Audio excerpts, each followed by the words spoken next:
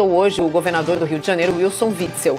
Glória a Deus, glória a Deus. A decisão faz parte das investigações que começaram com a Operação Placebo sobre irregularidades na área da saúde. As apurações chegaram ao escritório de advocacia da primeira-dama no suposto esquema de corrupção que o governador então faria parte. Isso é uma vergonha. O tema de hoje é: por que os governos do Rio estão sempre envolvidos em escândalos de corrupção? Eu não suporto mais. Eu cheguei no limite. Os nossos debatedores são Bruno Salles, advogado mestre em Direito Penal. Boa noite, Bruno. Boa noite, Mona Lisa. E Caio Coppola, bacharel em Direito e comentarista político. Boa noite, Caio. Mona Lisa, boa noite, doutor Bruno. Boa noite, espectador da CNN. Começamos com você, Bruno. Suas primeiras considerações, por favor. Obrigado, Mona Lisa. Boa noite, Caio. Minhas amigas, meus amigos telespectadores, boa noite. Hoje, sexta-feira, a última sexta-feira de agosto, a gente amanheceu com uma notícia, acima de tudo, triste. A do afastamento do governador do Rio de Janeiro, Wilson Witzel, pela acusação de envolvimento em um complexo esquema de corrupção, desvio de dinheiro público, lavagem de dinheiro, formação de organização criminosa. O dia é, para mim, especialmente triste porque, além do governador, recaem acusações contra a primeira-dama do estado do Rio de Janeiro, da utilização do seu escritório de advocacia para lavagem de dinheiro. E para mim, como advogado, é sempre muito triste ouvir que a nossa sagrada atividade foi usada como subterfúgio para encobrir operações espúrias.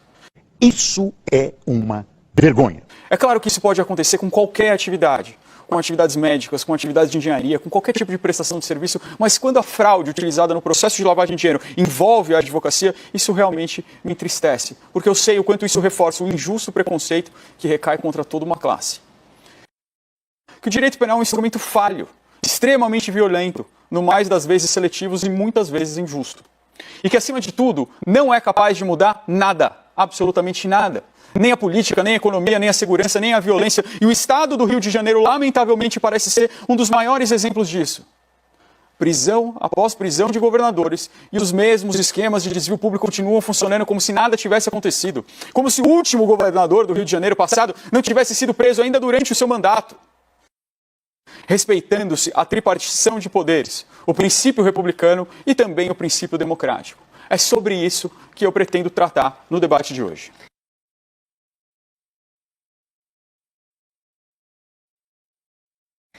Caio, suas primeiras considerações, por favor. Claro, bom, se o direito penal fosse tão inútil, nós poderíamos abolir as leis. E se ele fosse tão inútil no caso da corrupção, nós não teríamos um governo federal há 20 meses sem um caso registrado. Mas, enfim, os fatos demonstram que o Rio de Janeiro é um antro de corrupção.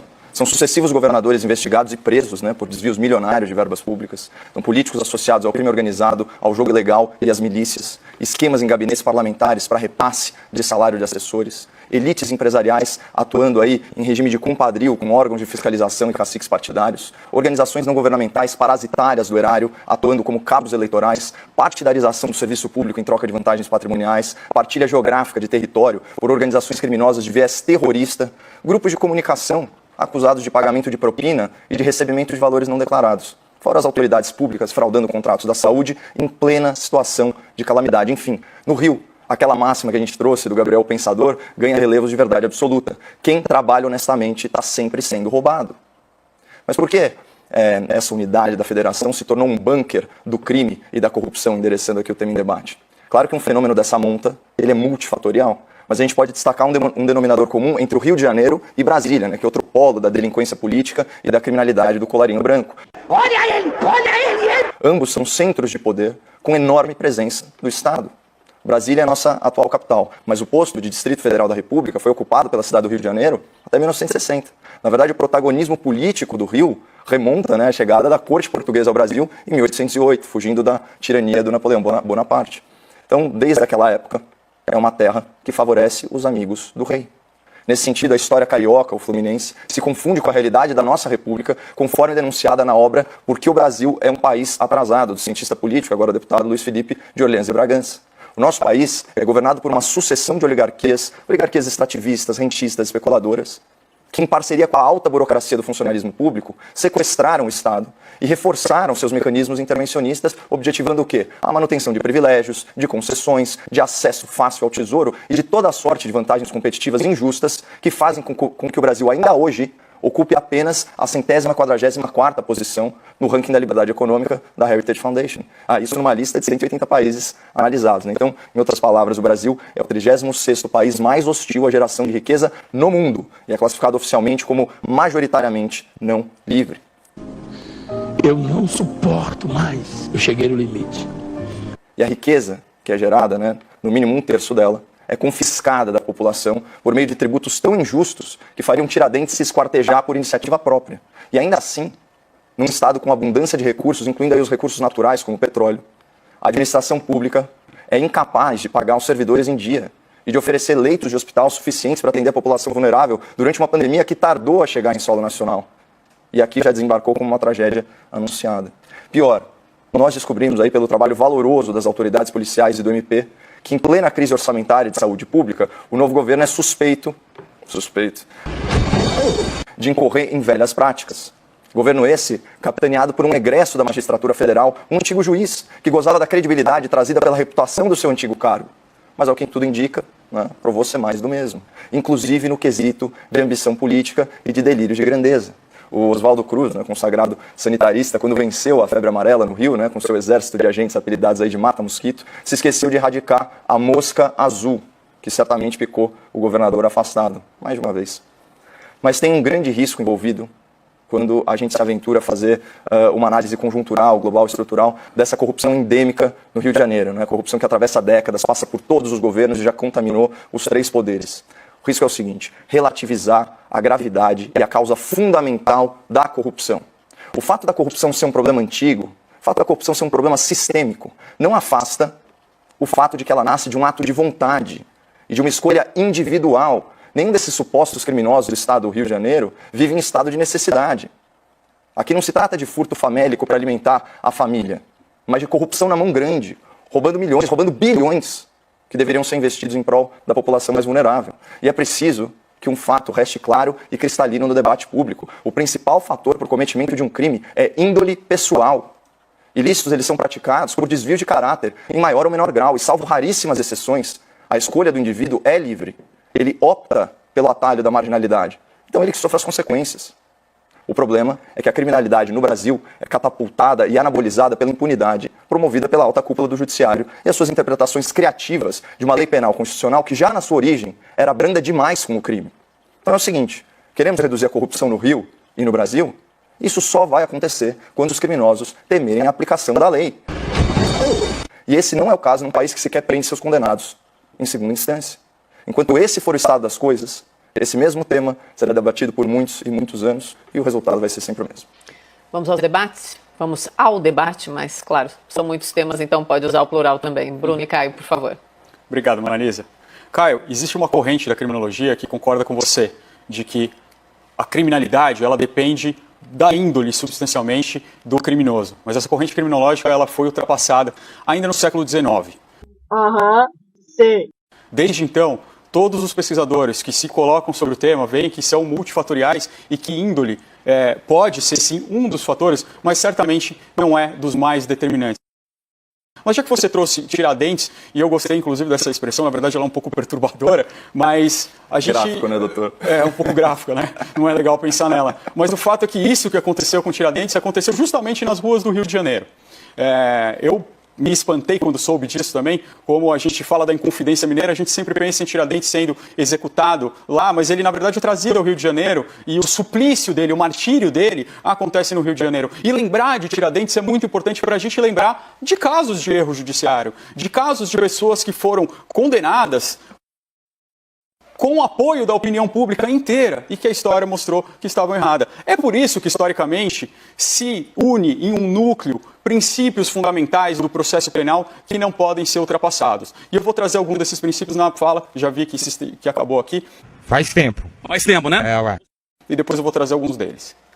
Só para lembrar que Tiradentes não foi julgado por corrupção, né? Na verdade ele foi julgado por desafiar a autoridade estatal, inclusive contra a alta tributação que à época remontava só a 20%. Né? Hoje, seria terrorismo. Exatamente, mais de um terço do PIB. Mas enfim, eu acho a comparação absolutamente descabida no tempo, no espaço, na proporção das coisas, até porque o nosso sistema judiciário já evoluiu muito e certamente a ampla defesa, né, não é o maior dos nossos problemas judiciais, a falta da ampla defesa ou do contraditório, pelo contrário. Né, nós temos um país que, pelo menos no caso dos ricos e poderosos, e é disso que a gente está falando quando a gente trata de grandes corruptos, né, eles estão com esses direitos muito bem guardados. Falar que a índole pessoal não é o principal fator no cometimento do crime, ou seja, o livre-arbítrio, é literalmente dizer que os corruptos são levados a praticar corrupção.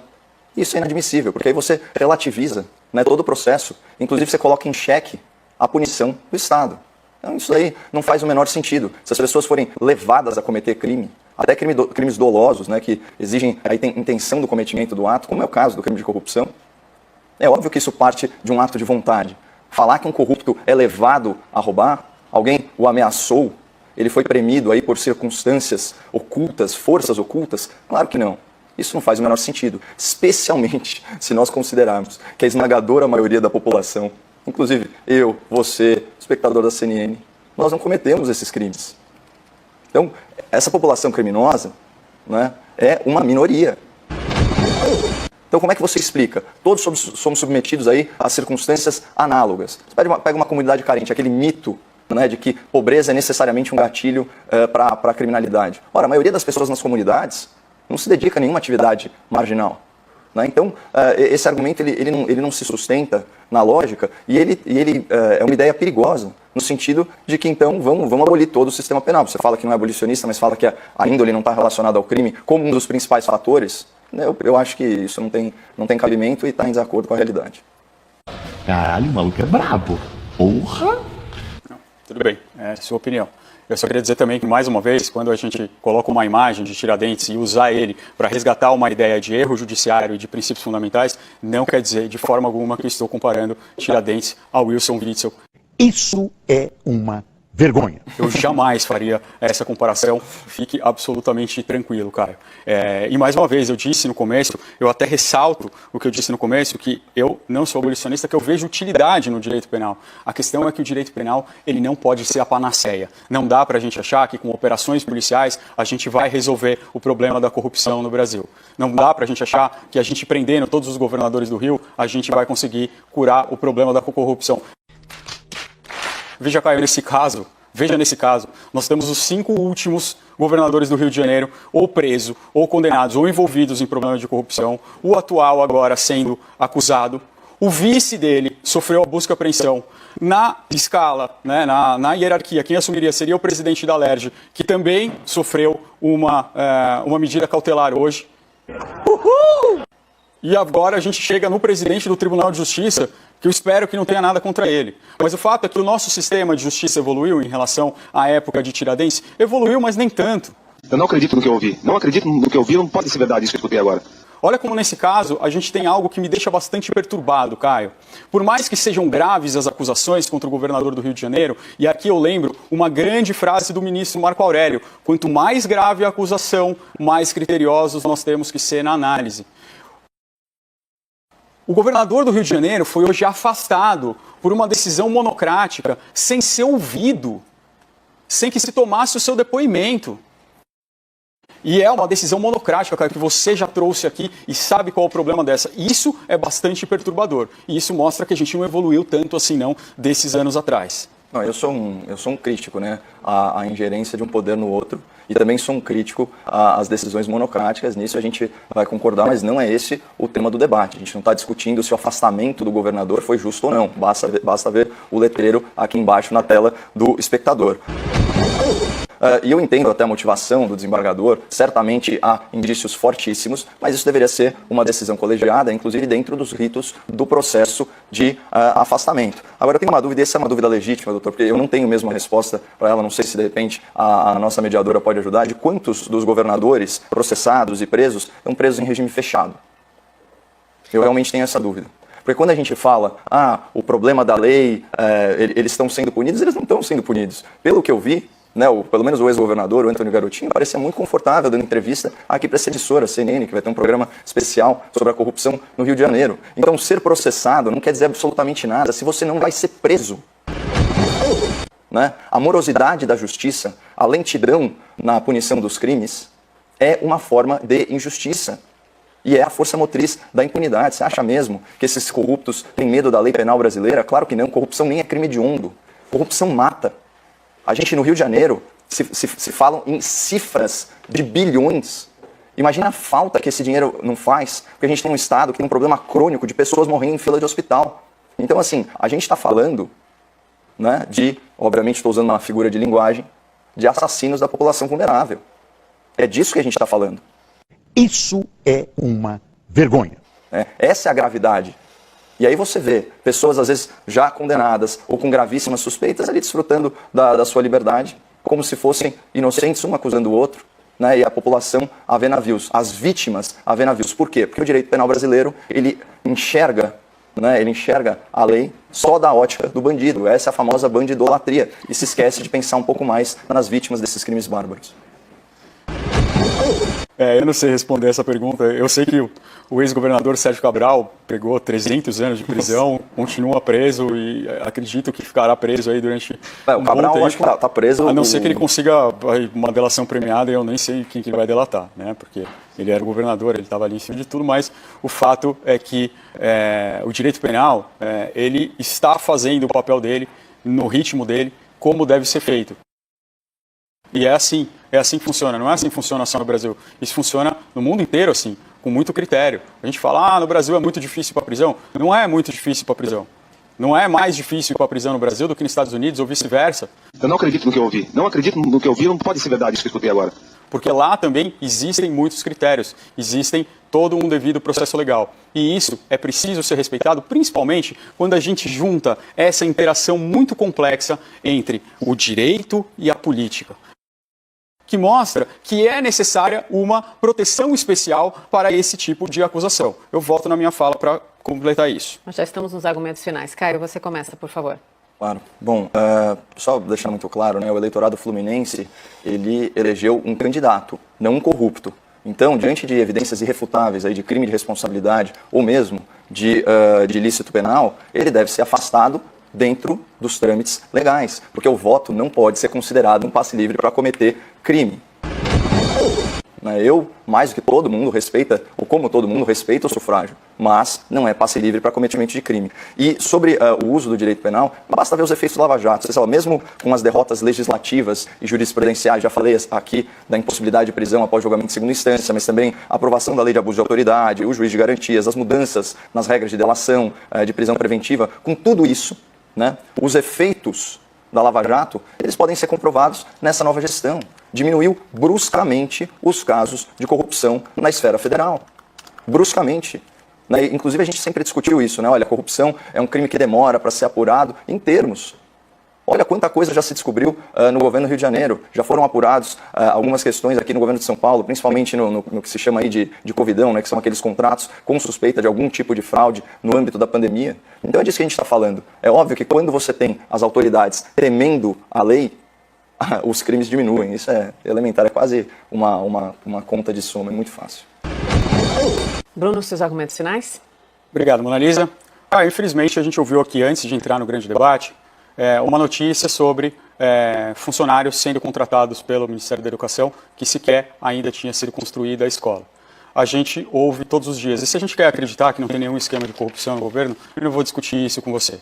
Eu acho que aí você tem sua opinião, você vê do jeito que você quer. Eu tenho um olhar muito diferente sobre o que está acontecendo. Mas o fato é que a gente não pode chamar, na altura do que está acontecendo, de fatos irrefutáveis, de uma corrupção irrefutável. Eles devem ser ouvidos e eles podem apresentar explicações. Sempre é possível, Caio. Caio, sempre é possível. Eu sei que você está olhando com uma cara meio incrédula, mas eu estou te dizendo, no processo penal, as coisas são reveladas aos poucos. Prova irrefutável é só aquela que é feita sob o crivo do contraditório. Por que foi depositado dinheiro na conta da sua esposa? Ele pode ter uma boa explicação, ele tem o direito, ele tem o dever de explicar isso para toda a população. Então vamos esperar para saber por que tem dinheiro na conta da esposa dele. Isso não é uma prova irrefutável. Chegamos então ao fim. Obrigada, debatedores. O Caio pediu aí a informação, né? Claro, deixando claro, a gente trouxe essa informação no Expresso. Sim. Deixando claro também para os dois, quem faz pergunta aqui para vocês sou eu e não o contrário. Mas em prol da informação, vamos responder. 5 dos ex-governadores do Rio respondem a processo. Sérgio Cabral, preso e condenado, 280 anos, Pezão em liberdade, mas é domiciliar, Moreira Franco em liberdade, Rosinha Garotinho em liberdade e Antony Garotinho em liberdade também. Maravilhoso. Bom fim de semana, debatedores. Até segunda. Um ótimo fim de semana para você que nos acompanhou também. Na sequência, o Jornal da CNN com William Vac, Thaís Lopes e o nosso time de analistas e repórteres. Espero vocês na segunda-feira, a partir das 6:30 da tarde, aqui no Expresso CNN. Até lá.